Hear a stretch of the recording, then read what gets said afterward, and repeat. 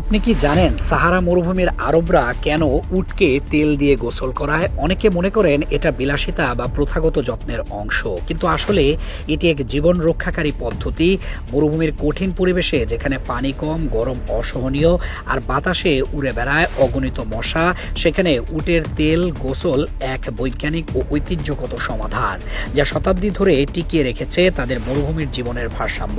সাহারা অঞ্চলের বিস্তীর্ণ বালুকা বেলায় প্রাণীজগৎ প্রায় অনুপস্থিত। এই পরিবেশে মশারা তাদের একমাত্র লক্ষ্য বানায় উটকে। প্রতিনিয়ত কামড়ের ফলে তাদের শরীরে ক্ষত তৈরি হয়, লোম পড়ে যায়, এমনকি সংক্রমণও দেখা দেয়। সবচেয়ে ভয়ঙ্কর বিষয় হলো এই মশাগুলো নানা ব্যাকটেরিয়া ও মারাত্মক ভাইরাস বহন করে, যা উটের জ্বর, সংক্রমণ, এমনকি মৃত্যুর কারণ পর্যন্ত হতে পারে।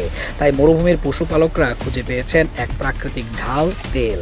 তেলের এই গোসল উটের শরীরে এক ধরনের পুরু আবরণ তৈরি করে, যা মশার হুল ঠেকিয়ে রাখে।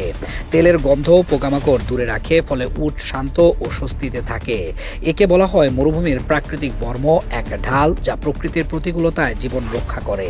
ব্যবহার করা হয় মূলত সরিষা, খেজুর বা প্রাণীজ তেল, যেগুলো দীর্ঘ সময় ধরে চামড়ায় লেগে থাকে এবং সূর্যের তাপে ধীরে ধীরে শোষিত হয়।